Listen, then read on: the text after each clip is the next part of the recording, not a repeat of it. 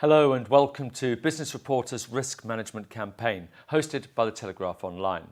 I'm Alistair Greener and today I'm going to be talking to Richard Ransom and James Richardson from Bottom Line Technologies about how organisations can protect themselves more effectively against fraud. Good morning. Morning. Good morning. So we all know what's going on, we're familiar with the problems, yet we also know that the level of education about fraud is pretty low. So what's actually going wrong? So I think education is just one aspect. We believe that organisations need to reset their perception of risk and the consequences of risk within their organisation. Whether they're a large multinational corporate, whether they are a small not-for-profit organisation or a government body. What we found in organisations is that across the board, old processes and old cultures get in the way sometimes of the most effective solutions to fraud. You've mentioned their old practices, old cultures. Can you be a bit more specific about that? Yeah, we did a survey with nearly 1,000 organisations over the last couple of months and really challenged them on where they perceived the greatest risk. Was it external, internal, or was there no risk at all? And interestingly, what came out of that was 77% of responses said that external risk was where they perceived the greatest threat.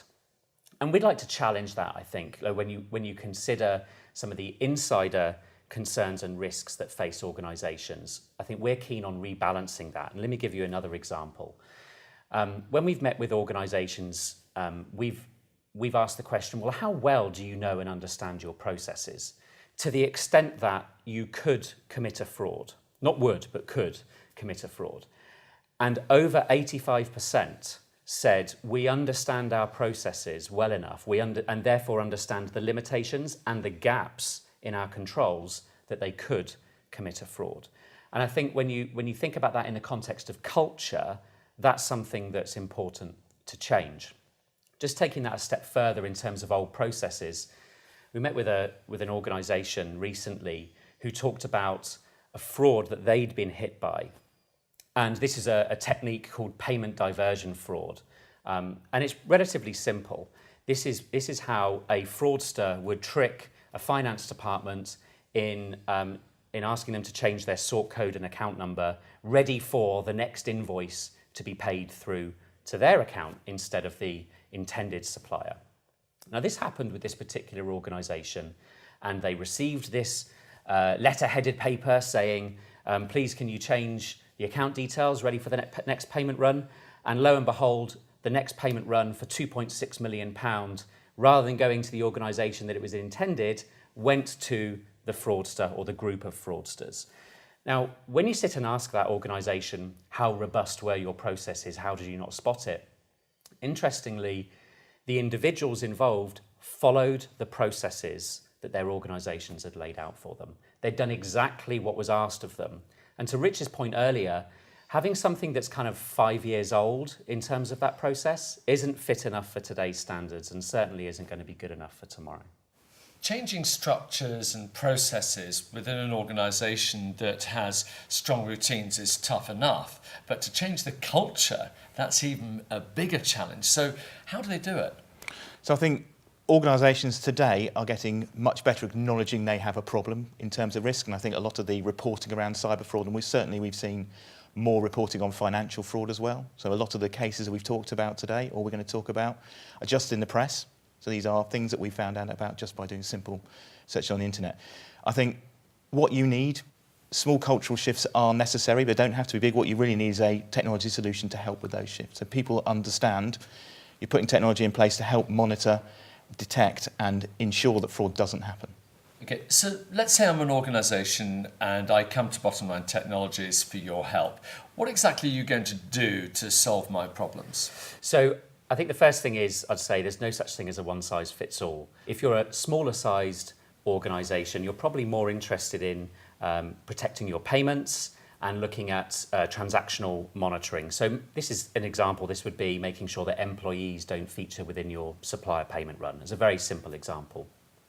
For larger organisations, for banks, financial institutions, they're obviously providing products out to their customers through a public domain. So this would be online banking as an example, and utilising that channel. For us, where we can help with those organisations is that we can help them with monitoring the transactions that their customers are pushing through their online banking portals and generating notifications, real-time notifications and alerts if something looks suspicious, whether that's because they're logging in a completely different physical location from what they've done previously, or the transaction amount that they're putting through looks outside of what they would normally do.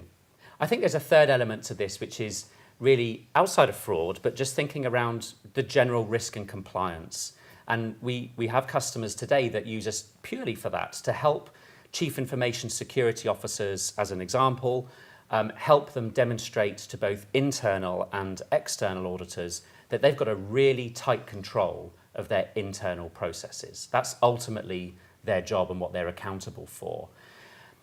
I think with all of those things that are said, we're looking at this coming from a 20-year plus payments background. So our heritage is helping organisations of all sizes with their payments and with their collections as well, and financial messages. And we help that within the UK, we help that across Europe and globally. So when you're coming from that place, we're thinking very much around the payments. We're thinking about that lifeblood within the organisation, about how we can protect and secure that even more. So it makes logical sense for Bottom Line to help organisations with payment fraud, behaviour monitoring, transaction analysis. We help organisations coming from that payment background. The trouble is, I'm thinking monitoring payments, monitoring transactions. It all just sounds a little bit too big brother to me. But you know what? Within an organisation, this isn't the money that belongs to the employees, it belongs to the business or the bank's customers. So monitoring all the transactions and payments is the only way you're going to get to a situation where you're going to be able to close down on the gaps in the processes and the potential areas where people can see a vulnerability in a system. If we take, for example, a large German motor manufacturer in the UK, so someone within their accounts payable department spotted a gap in a process. He tried it once, spotted the gap, made a payment to his own bank account under the name of supplier. He managed to do it another 55 times and lost that company £6 million before he was detected. So that's a multinational organisation, still has a fraud risk just because of an internal process. Or within the payroll department of a well-known parcel delivery company, someone managed to exploit a process whereby they could generate a duplicate payment in the system. So making a redundancy payment, generated a duplicate payment, made that duplicate payment to themselves or their friends or their families, £300,000 before that was spotted. The thing is, you're talking about cases where the fraudsters always seem to be one step ahead, and we're in a very changing environment, as we all know. So what about the future? Where is this all going to go? What are the sort of things we should be looking at today that makes it a little bit more future-proof? When you think of the examples that Rich has just gone through, 55 transactions over a 2-year period, what this highlights is one of the greatest risks for all organisations is not just these large sensational payments that can go out the door of 2 million, 50 million pounds, euros, dollars, whatever it might be, but actually that high volume, low value fraud can take place within organisations just underneath the threshold for people to approve. So that's something that I think is important to reflect on. I think the second piece is having technology and process that is not just good enough for today and tomorrow, but frankly is going to be capable of dealing with any new threats that come out in the next 5 years. Just looking at some of the threats that we know organisations are facing today, and we see this constantly, techniques like I mentioned about payment diversion fraud, we're seeing a rise in something called CEO fraud or fraud au président. And this is where someone is leveraging social media to find out more information about the organisation to then convince someone in finance or treasury that they are the CEO of an organisation. Please make this wire transfer in order for us to settle this transaction on an acquisition. And we've seen this build up, especially over the last 6 months, 12 months, and this is definitely coming out in the media now. Really, this is just a modern technique of social engineering. And I think the more tech-savvy fraudsters are going to take full advantage of this over the next 5 years. And I think organisations have got to take their place in the spectrum and being able to adapt and create new rules that are going to help them.